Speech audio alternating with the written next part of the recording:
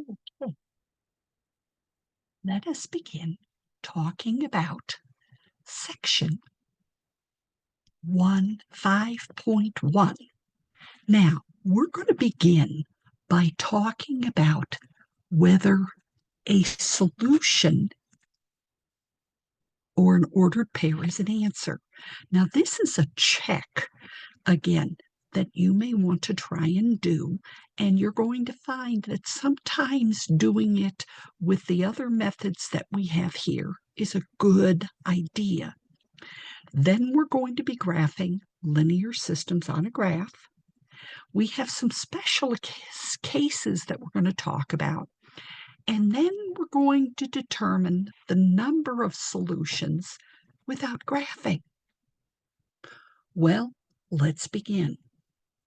Okay, a solution of a system of two variables or two equations is an ordered pair, okay, that makes both equations in the system true.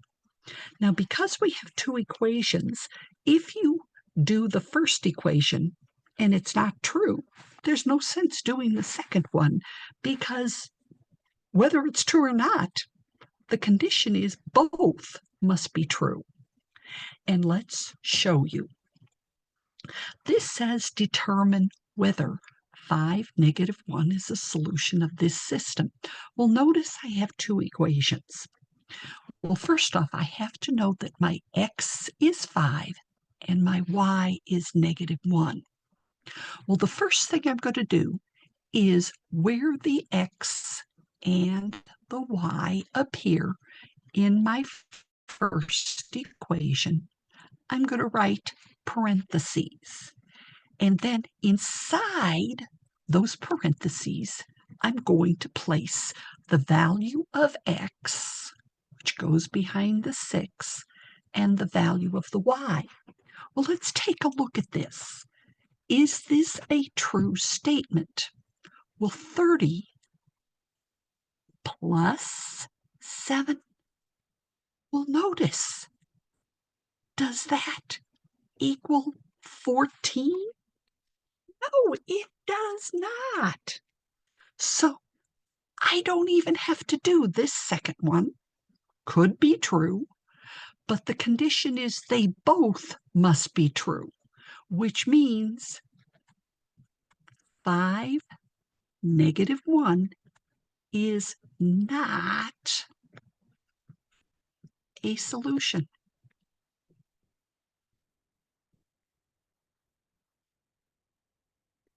Very easy. Well, let's try this one. Okay, same situation, except we have different equations. Well, again, I know that x and y are the points that I'm given. Well, notice x plus 4y equals 1. Well, I'm going to put 5 in for x, and I'm going to put -1. Well, notice 5 minus 1, because remember I'm multiplying these two together. It does equal 1. Well, that's the good part. But I got to go to the second one. This means I got to do both of them this time. And notice again, where I have the variables in the equation, I put parentheses. And I'm going to put 5 here, and I'm putting -1. Well, I have -15 minus 8. It equals -23. 5, -1 is a solution to this system, because both are true. Okay?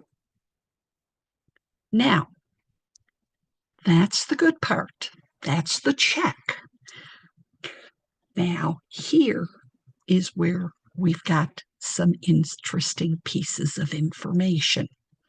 We're going to be solving by graphing, and I'm going to tell you that a linear system solved by graphing is the longest way to do it. We have some algebra ways that we're going to work with, but we always start with graphing.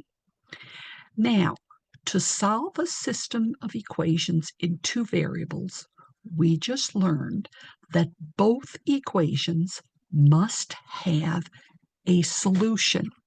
And if you look right here, the solution of our blue and red line is the point of intersection. It's this point. Now, to make sure I've graphed it right, you can do exactly what we did in the last two slides, and both of them better come out to be true, because the solution must make both equations true. And you'll find that if you do this with the equations, this would give me 2 plus 6, that equals 8. And this is 3 is 2 plus 1. Well, notice, by checking it, that 2, 3, which is the solution of the red and the blue line meeting, makes both equations true. So you can check it if you want. It's up to you. Now, more about solutions. And these are vocabulary words that I regret you are going to need to become aware of. Okay. Now, let's look at this. Okay. This is part 1. And these are the vocabulary words you're going to need to know. When solving a system by graphing, the point of intersection is the solution. We just saw that. But if the system has at least one solution, which it does, it's considered to be consistent. And the equation is independent if the system has one equation or one solution, one point. So the words consistent and independent are going to be part of your homework. Now, some people like to print these out, some people don't, but just be aware that at least one solution makes our system consistent and it makes it independent. Now, let's go to the next one.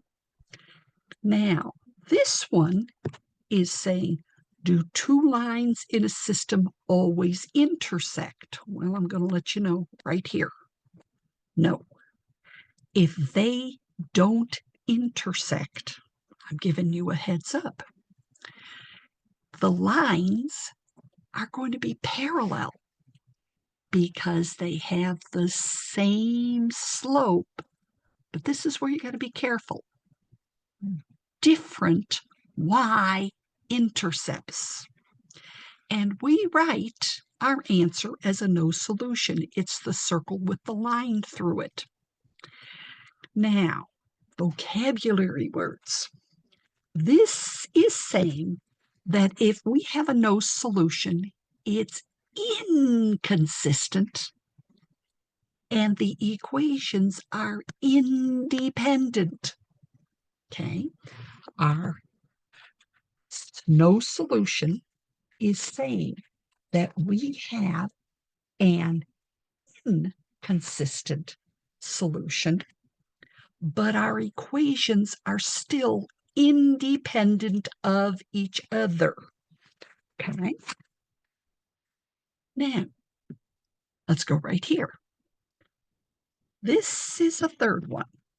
Okay? We can have what we call a system that has the same line. Now, I'm going to give you a little heads up because that sometimes would be hard to see.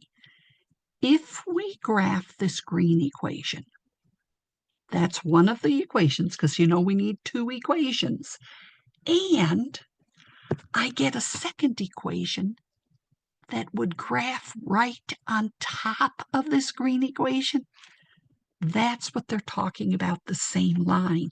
The two equations are the same, and notice what happens. They have the same slope and the same y-intercept. They're sitting on top of each other, so they've got to have the same slope, and they have the same y-intercept. Now, this is said to be an infinite number of solutions, and I want to draw your attention right here. You write that answer in set notation, okay? And this is how it's written for an infinite number of solutions. It's a protocol. You can't just write the word infinite solutions. But again, we have vocabulary words. These vocabulary words are saying the system is consistent, but it's dependent. Okay? And then it's written in this very special set notation form. Now, notice it says here the equation. Well, you have to solve the equation for slope-intercept, and you're going to see they're the same equations. Okay? And then the next part. How do we solve a linear system by graphing? Now, again, these are 5 steps. Your 5 steps are here to help you graph. But does that mean that you need to use my 5 steps? Well, if you get pretty good at them, you're going to be able to. And you'll kind of adjust these 5 steps. But when you're first learning, they work real well. Now, step number 1, when you have a system, you must solve it for slope-intercept form. That means each equation must be y equals mx plus b. You've got to get each equation in that form. Then you're going to graph it using the slope and the point from this equation. Now, if the lines intersect at one point, that point is the solution, and the system is going to be consistent, and the equations are going to be independent.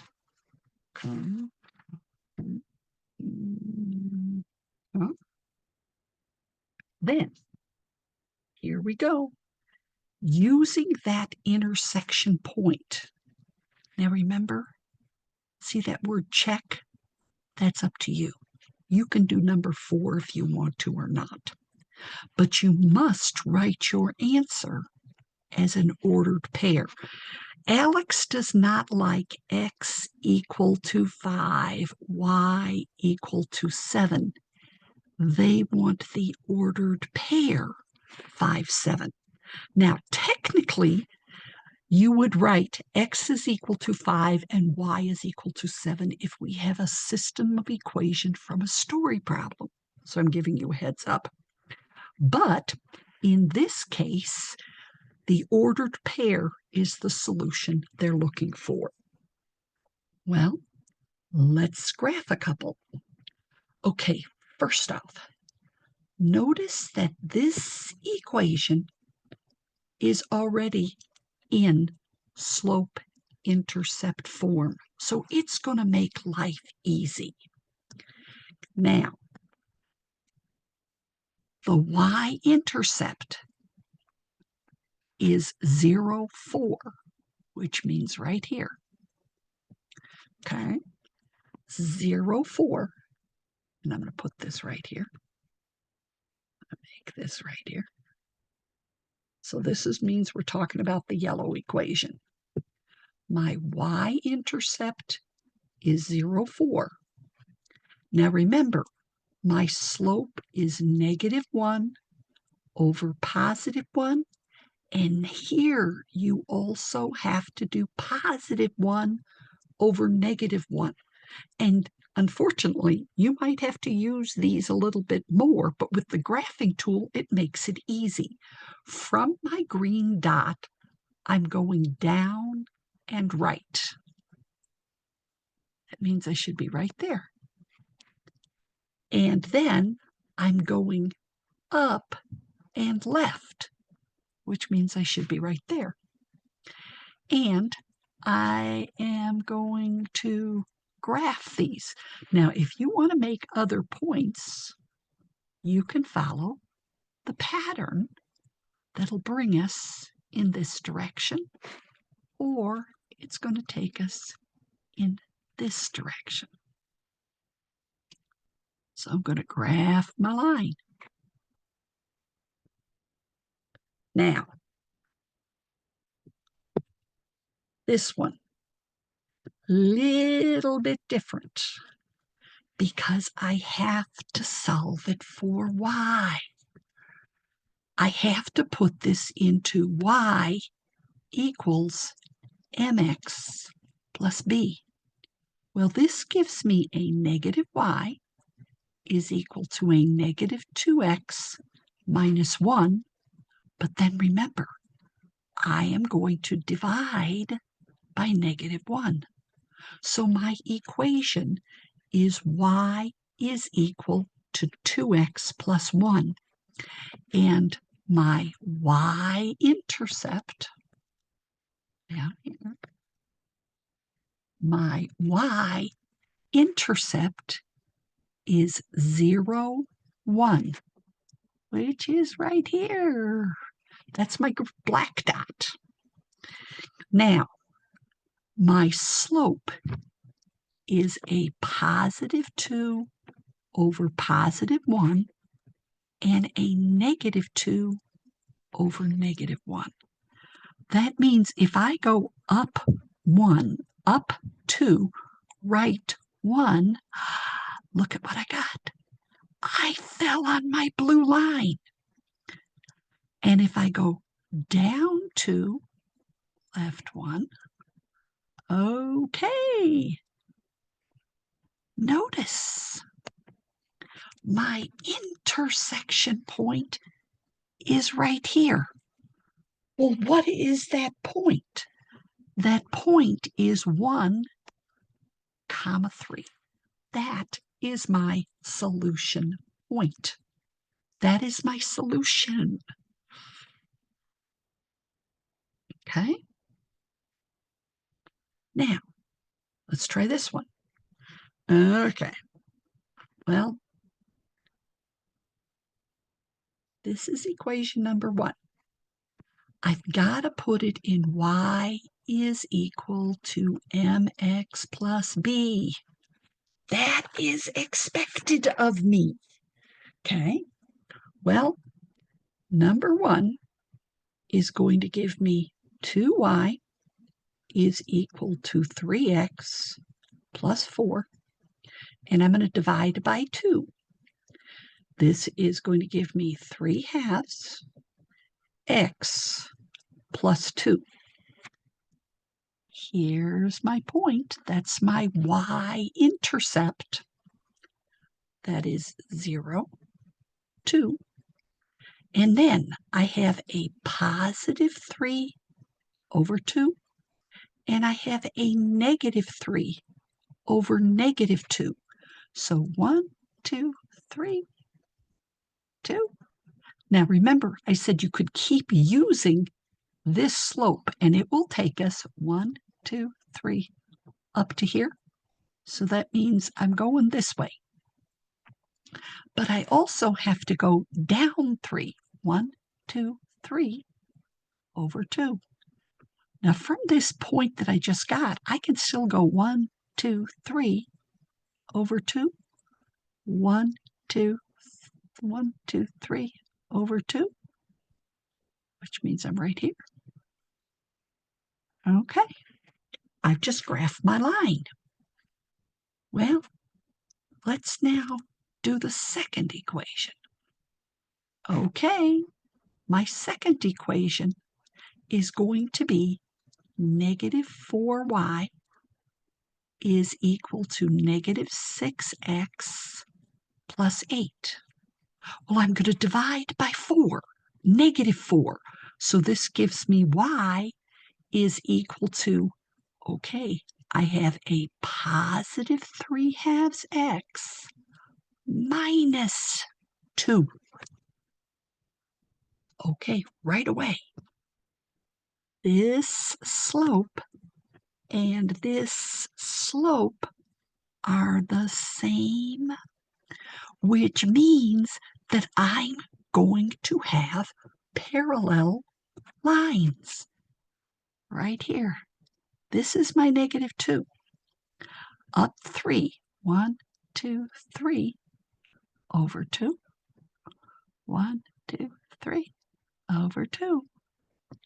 I'm going that way. 1, 2, 3. Right here.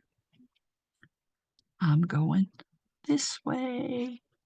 This is a no solution. We don't cross. But notice, by remembering what we've learned in chapter 4, same slope parallel lines, you're going to see them. Okay. Now, here we go. This one has already been put in slope intercept form. So this is going to be easy. Negative 1 right here. Now, remember, this slope is a negative 4 over positive 3, and you have to do the opposite. Positive 4, negative 3. 1, 2, 3, 4. And I'm going 3, so that means I'm going this way. And if you want to go 1, 2, 3, 4, 1, 2, should go here. And then I'm going to go up 4. 1, 2, 3, 4, right 3. 1, 2, 3, 4. 1, 2, 3. Okay. There's my line. Well, I now have to do number 2. Well, this is 6y is equal to negative 8x minus 6.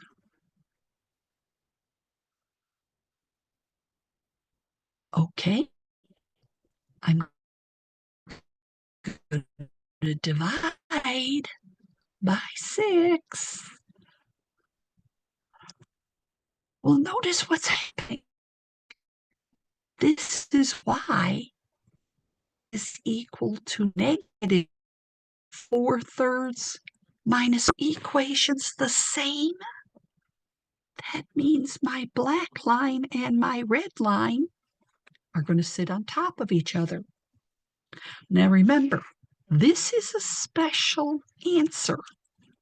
Now, it's got to be the ordered pair x comma y, and there's that line that says such that. But what I write here is the slope intercept form, which is y is equal to negative 4/3 x minus 1, and then I close my parentheses. I am using the y-intercept form, and that's my answer. Huh? Okay. Well, let's go on a little bit. Okay, my last 4 slides, and this is where it gets to be fun. How do you determine, without graphing, whether you have 1 solutions, no solutions, and that should say That's an error here. This should say no solutions. Okay. And okay, or an infinite number of solutions. Okay. Well, this is where you got to remember what we talked about. Okay, first off, if the slopes and the y-intercepts are different, notice and, you have one solution. If the slopes are the same and the y-intercepts are different, you have a no solution. If both the slopes and the y-intercepts are the same, you have an infinite number of solutions. This slide is crucial because without it, you may struggle figuring out what to do. Okay? Well, let's come right here. Let's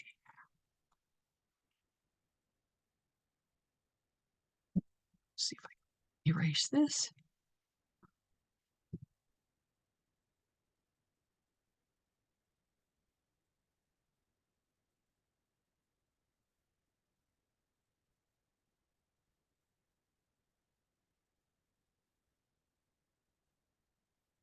I could do that, but that's not going to let me do it. Okay, here we go. Because this should say no solution. Okay, we got to use our wonderful job. Solve for y. Well, I have negative 8y is equal to negative 10x plus 12. Divide by negative 8. Well, this will give me a positive 5/4 x minus 3/2. Okay, dividing by negative 8 and reducing my fractions. Okay. Now, this is my equation. Well, let's look at my other equation. 12y is equal to 15x minus 18. Now, I'm going to solve for y. Okay. Well, this is going to give me 5/4 x minus, look at what happens.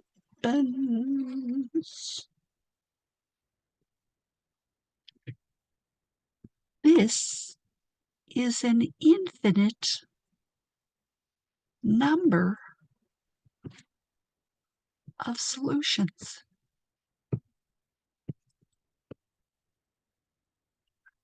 They're the same slope. Notice, same slope and same y-intercept. So it's an infinite number of solutions. See how easy that was? Solve for y. Here we go. And again, this should say no solutions. Okay, let's do this one first. 3y is equal to 2x plus 15. Okay, I'm going to divide by 3.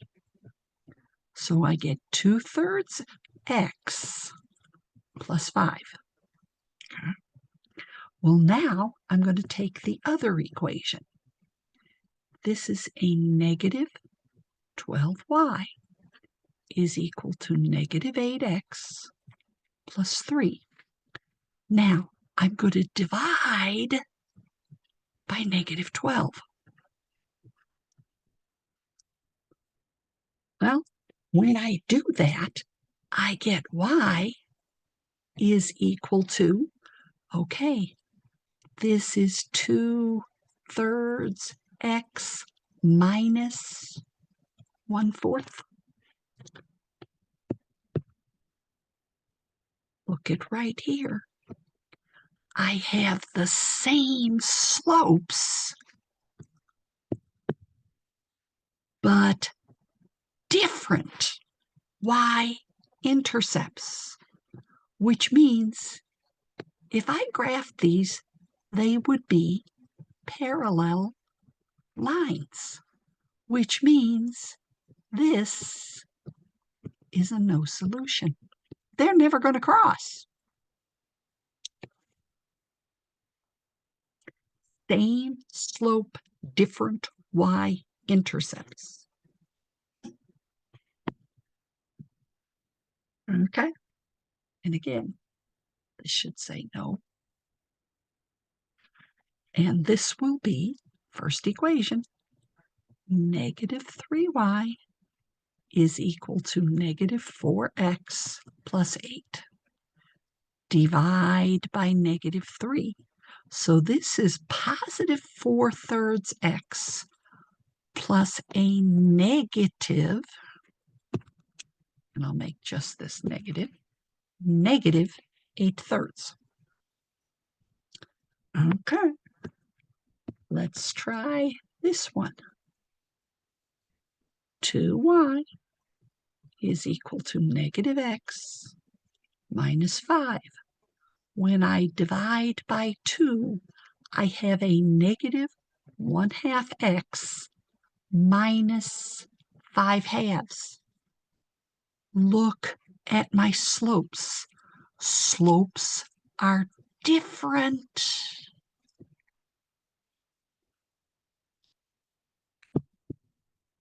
And my y-intercepts